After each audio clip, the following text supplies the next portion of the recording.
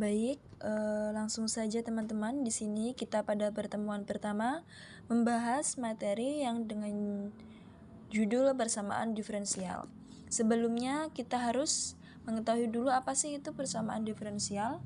Jadi persamaan diferensial adalah persamaan diferensial yang memuat turunan dari satu atau lebih variabel tak bebas terhadap satu atau lebih variabel bebas. Nah, kemudian di sini ada 3 sub materi, yaitu yang pertama yaitu klasifikasi persamaan diferensial. Nah, jadi di sini dibagi menjadi 3. Yang pertama yaitu klasifikasi menurut tipe jenis atau jenisnya. Dan di sini dibagi menjadi 2, yaitu persamaan diferensial biasa dan persamaan diferensial parsial. Baik, untuk yang pertama yaitu persamaan diferensial biasa. Persamaan diferensial yang hanya mempunyai satu peubah bebas. Nah, langsung saja kita masuk ke contohnya. Yang pertama yaitu dy per dx min ds per dx sama dengan x. Nah, jadi dari persamaan di sini memuat dua variabel tak bebas, yaitu y dan s. Ini variabel tak bebasnya ya. Kemudian variabel bebasnya yaitu x. Nah, jadi kita ingat apa sih itu tadi persamaan diferensial biasa? Yaitu persamaan yang hanya memiliki satu peubah bebas. Jadi dari persamaan ini dia hanya memiliki variabel bebas satu yaitu x. Kita masuk ke contoh yang kedua, yaitu x kuadrat turunan kedua y terhadap x dikurang 6x turunan pertama y terhadap x sama dengan 0. Jadi dari persamaan di samping ini kita bisa analisa memuat satu variabel tak bebas yaitu y. Y ini dan ini adalah variabel tak bebas. Kemudian dia juga memuat satu variabel bebas yaitu x. Nah, jadi di sini memenuhi persyaratan ya, teman-teman. Nah, kita masuk ke bagian yang kedua yaitu persamaan diferensial parsial. Apa sih itu persamaan diferensial parsial? Nah, persamaan diferensial parsial yaitu persamaan yang mempunyai dua atau lebih variabel bebas. Jadi kalau diferensial biasa tadi hanya memiliki satu peubah bebas, dan kalau parsial ini memiliki dua atau lebih variabel bebas. Nah, kita masuk ke contoh. Yang pertama yaitu x do u per do x plus y do u per do y sama dengan u. Nah, dari persamaan ini kita lihat dia memiliki satu variabel tak bebas yaitu u. Namun di sini dia memiliki dua variabel bebas yaitu x dan y, maka di sini kita sebut sebagai persamaan diferensial parsial. Contoh yang kedua yaitu do atau turunan kedua v terhadap x ditambah turunan kedua v terhadap y. Nah, kita analisa. Di sini terdapat satu variabel tak bebas yaitu v ini. Kemudian di sini ada dua variabel bebas yaitu x dan y. Lanjut ke materi klasifikasi yang kedua yaitu klasifikasi menurut tingkat atau order dan pangkat degree. Kemudian sebelum kita masuk ke klasifikasinya, kita harus mengetahui apa sih itu order dan apa sih itu pangkat. Order di sini yaitu pada persamaan diferensial adalah order dari turunan yang terdapat pada persamaan yang tingkatnya paling tinggi. Kemudian pangkat yaitu pada persamaan diferensial adalah pangkat tertinggi dari perkalian peubah tak bebas beserta turunan-turunannya yang terdapat pada persamaan diferensial. Langsung saja biar kita paham, kita masuk ke contoh. Contoh yang pertama yaitu x turunan ketiga y terhadap x min 2 turunan pertama y terhadap x pangkat 4 plus y sama dengan 0. Nah, kita bisa lihat dari persamaan di atas ini termasuk persamaan diferensial biasa. Kenapa? Karena di sini hanya memuat satu peubah variabel bebas. Kita ingat materi yang pertama tadi ya. Nah, di sini kita lihat dari sini. Ini termasuk order 3 karena diturunkan terhadap turunan ketiga y. Jadi di sini tingkat 3. Kemudian berpangkat atau derajatnya berapa di sini? Ini derajat 1. Nah, gitu. Kemudian contoh yang kedua yaitu turunan keempat U terhadap X pangkat 3 plus turunan kedua U terhadap T pangkat 5 sama dengan 0. Nah, di sini termasuk persamaan diferensial parsial. Kenapa persamaan diferensial parsial? Karena di sini ada dua variabel bebas yaitu X dan T. Kemudian kita lihat di sini, ini termasuk tingkat 4 karena turunan keempat terhadap U dan termasuk berpangkat 3. Lanjut materi yang selanjutnya yaitu klasifikasi menurut linier atau non-linier. Sebuah persamaan diferensial dikatakan linier jika tidak ada perkalian antar variabel-variabel tak bebas dan derivatif-derivatifnya, atau dapat ditulis dengan bentuk persamaan di bawah ini, yaitu A0 X Y pangkat N plus A1 X Y pangkat N-1 plus sampai dengan A N-1 X Y aksen plus AN X kali Y sama dengan Fx. Nah, kita masuk di persamaan diferensial linier itu mempunyai dua karakteristik atau dua syarat, yaitu yang pertama, variabel dependen Y dan semua turunannya berpangkat 1. Kemudian, masing-masing koefisien bergantung pada hanya satu variabel X. Kita analisa semua suku di sini dari suku yang pertama ke sampai suku yang terakhir. Nah, kita lihat di sini. A0 sampai dengan Fx. Di sini adalah konstanta dari fungsi X, maka dia termasuk ya syarat yang kedua. Kemudian kita lihat dari Y. Yn, Y pangkat N sampai dengan Y, di sini mempunyai pangkat 1 atau berderajat 1. Maka di sini memenuhi persyaratan persamaan diferensial linier. Dan jika pangkat di sini lebih dari 1, maka di situ bisa disebut dengan persamaan diferensial non-linier. Nah, catatan di sini, jika Fx ini hasil akhirnya itu sama dengan 0, maka disebut dengan persamaan diferensial homogen. Namun sebaliknya, jika Fx tidak sama dengan 0, maka disebut persamaan diferensial tak homogen. Nah, kita masuk ke contoh. Contoh persamaan linier atau non-linier. Pertama yaitu X dy plus Y dx sama dengan 0.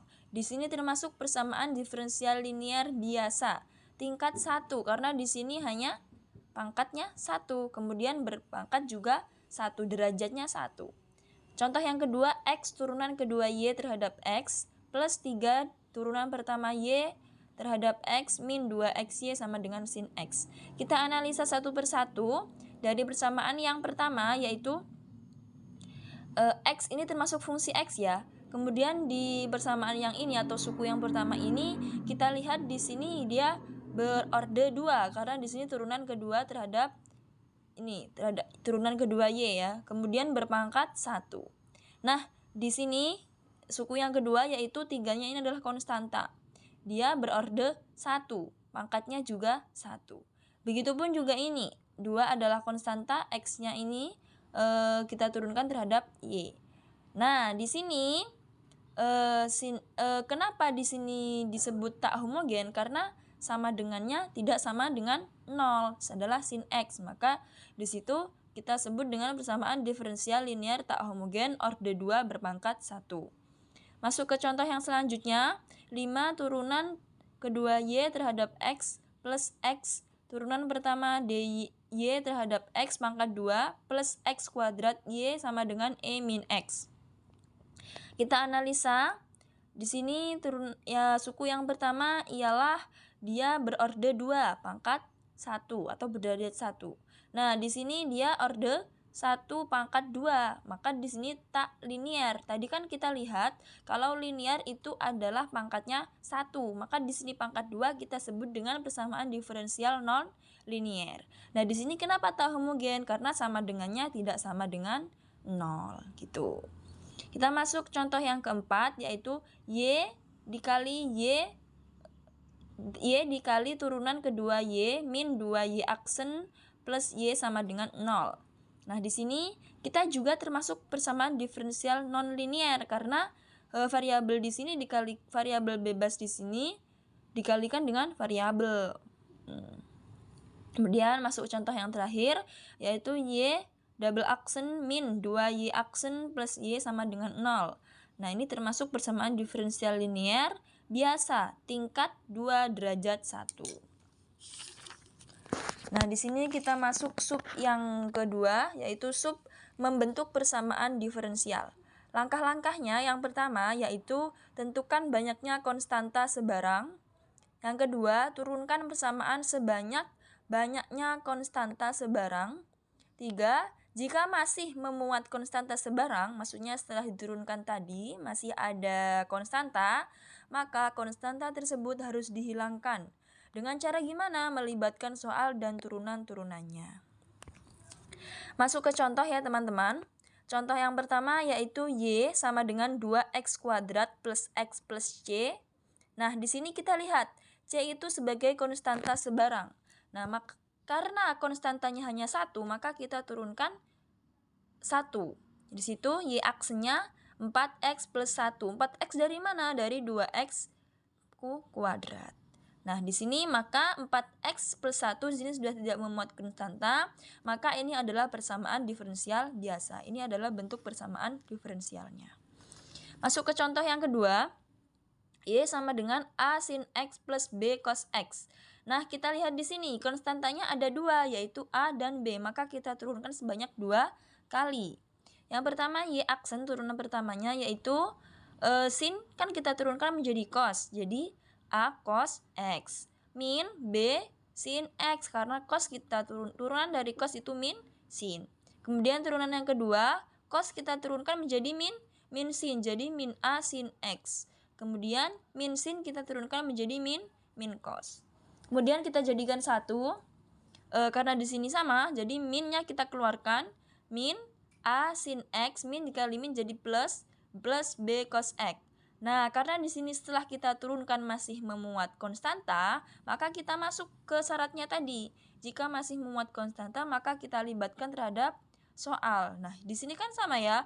A sin X plus B cos X itu sama dengan soal. Maka sama dengan Y. Jadi Y double aksen sama dengan min Y.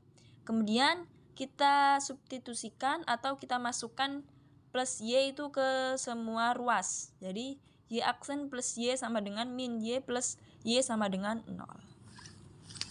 Nah, kita masuk ke sub yang ketiga selanjutnya yaitu menyelesaikan persamaan diferensial.